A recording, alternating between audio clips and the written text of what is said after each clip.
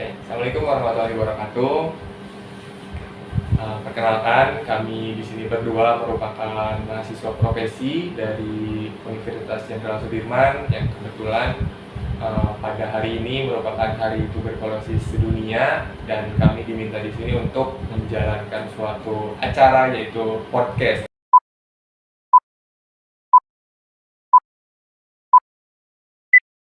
Selamat datang di podcast Solusi Sehat Mas Kenji.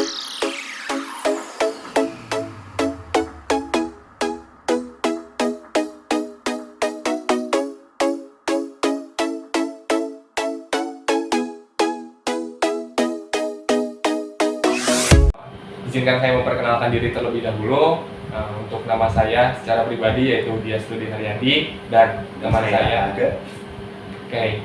Jadi untuk pembuka kali ini mungkin dibuka dengan apa itu TB.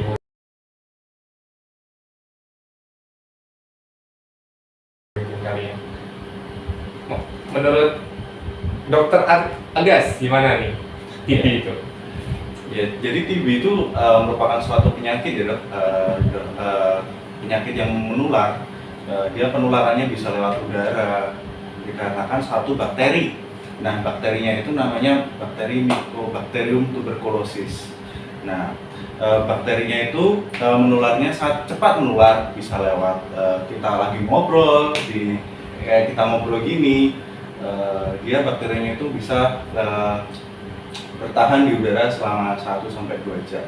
Oke, jadi paling cepat tuh kalau tuberkulosis ini lewat udara ya dok ya? Betul. Karena kalau misalkan suatu bakteri kan ukurannya kecil tuh. Iya. Jadi kalau misalkan kita bersin, batuk, otomatis kita tuh mengeluarkan banyak sekali bakteri. Itu sepertinya itu merupakan faktor terbesar kali ya dok untuk penularan tuberkulosis itu. Iya, sampai saat ini yang terbesar. Oke. Kemudian gini dok, untuk tuberkulosis sendiri, setahu saya nih ada beberapa gejala ya dok yang saya ketahui nih. Pertama, bila ada demam lebih dari 2 minggu, Iya, kemudian biasanya ada batuk yang tidak yang tidak ini jelas akibatnya dari mana. Jadi batuknya tuh tiba-tiba ada.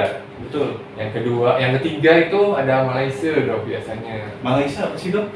Nah, Malaysia itu ketidakinginan untuk makan dok, seperti itu. Jadi untuk makan tuh malas sekali. Iya.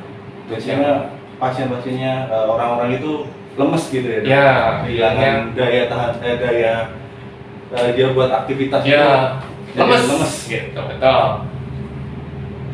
Itu saja sih dok mungkin untuk orang-orang yang mungkin saja, atau kita sebutnya kita suspek TB ya dok ya? Iya, suspek. Oke. Kalau bahasa medisnya Suspek TB ya dok. Oke. Tapi batuknya itu tidak selalu lama sih mas. Ada juga pasien-pasien TB itu gejalanya batuknya keluar darah itu. Perlu juga dicurigai sebagai TB. Darah ya dok ya? Iya. Oke. Berarti nggak selalu batuk 2 minggu ya dok? Selalu, tapi batuk selama yang lama 2 minggu lebih itu perlu dicurigai. Jadi sahabat-sahabat yang batuk kok nggak sembuh-sembuh, sudah diperiksakan, sudah minum obat antibiotik tidak sembuh-sembuh, jadi perlu harus nanti ke Puskesmas Kemeranjen 1 untuk diperiksa. Oke. Berarti jika kita atau orang yang terkena faktor-faktor tersebut, kita tuh harus memeriksakan diri ke puskesmas ya dok? Iya. Nah, selanjutnya di puskesmas ini nantinya akan diperiksakan TCM ya dok ya? Iya, ada untuk pemeriksaan namanya TCM. Nah TCM itu merupakan tes cepat molekuler, itu kepanjangannya, yaitu semacam tes untuk uji dahak sebetulnya. Nanti kita diminta untuk mengeluarkan dahak. Nanti sampelnya dikirim ke puskesmas. Nah, nanti si hasilnya itu kita menunggu dari puskesmas. Gitu ya dok? Iya. Nah, udah dari TCM nih ngapain dok biasanya ya? Misalkan udah di TCM nih, apakah kita harus nunggu atau kita harus ngapain ya dok?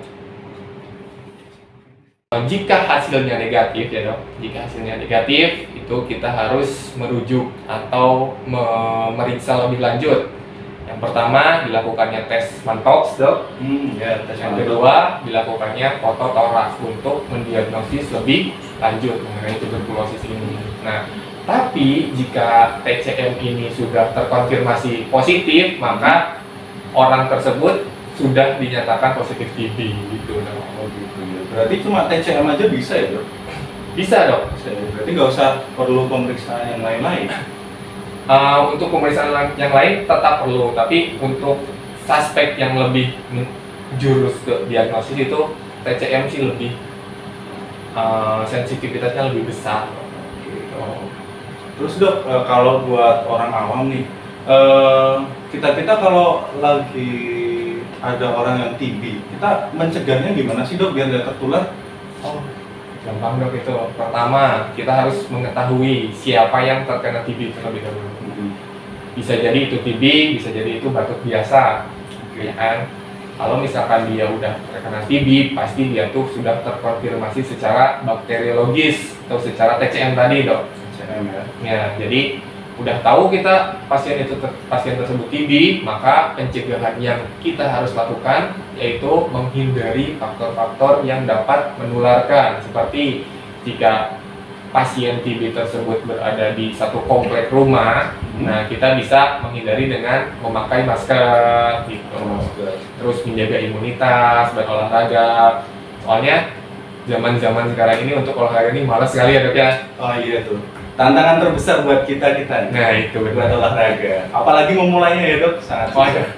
Magernya itu ya. Gitu, mager. Nah sebetulnya untuk menghindari tuberkulosis ini jangan menghindari pasiennya dok, tapi hindari transmisinya gitu. Transmisi itu apa dok? Penularannya. Penularannya. Ya. Jadi ada pasien TB jangan menjauhinya. Bisa jadi dia kecenderungan kejauhan sosial gitu. Jadi merasa dikucilkan. Emang betul pasien TB itu dapat menularkan, tapi dengan kita menjaga jarak atau menghindari faktor risiko yang dapat terkena oleh kita, itu kita bisa menghindari dok, untuk terkena penyakit TB tersebut. Oke, menghindari ya dok. Iya. Tapi kalau misal di anggota keluarga kita dok, di rumah gitu, ada yang terkena TB, apa yang harus kita lakukan dok? Untuk anggota rumah itu harus yang pertama dok, pemahaman saya tuh ventilasi udara menjadi faktor penting. Oh gitu ya. Ketika ada pasien TB dalam satu rumah. Kenapa? Karena tadi yang dari awal, karena TB itu paling banyak transmisinya melalui udara. Nah, berarti kan di rumah tuh sirkulasinya terbatas ya dok. Nah, jika ventilasinya ini tertutup rapat, maka si virus-virus atau si bakteri-bakteri yang dari TB ini pasti berkumpul di rumah tersebut. Gitu. Mungkin dari dokter Agas gimana? Ada tambahan nggak? Misalkan ada keluarga nih di rumah TB, apakah kita harus pindah rumah atau gimana? Sebetulnya nggak harus pindah rumah ya dok. Tapi memang betul yang sudah disampaikan Dr. Dias tadi. Ventilasi itu merupakan salah satu yang penting yang harus kita perhatikan kalau ada anggota keluarga di rumah yang terkena TB. Kemudian tidak lupa juga kita harus pakai masker ya dok. Iya betul. Memang kalau sedang dekat atau kita lagi ngomong itu kalau bisa pakai masker karena penularannya sangat cepat ya dok. Dan juga kuman TB ini bisa cukup lama.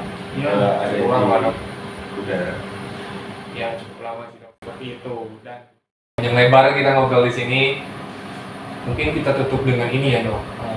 Gimana sih untuk pengobatan pasien-pasien TB ini? Apakah dia lama pengobatannya ataukah dia sebentar pengobatannya? Gimana? Ya. Sebenarnya pengobatan TB itu memang cukup lama ya. Jadi kita tadi sudah menekankan di pencegahannya ya mas. Iya. Biar nggak terjadi terkena Tertular. Nah, karena memang pengobatan TB ini cukup lama. TB ada yang dua, dia biasanya paling sering terkena di paru-paru dan bisa juga di organ-organ lain. Nah kalau yang TB paru itu pengobatannya minimal 6 bulan.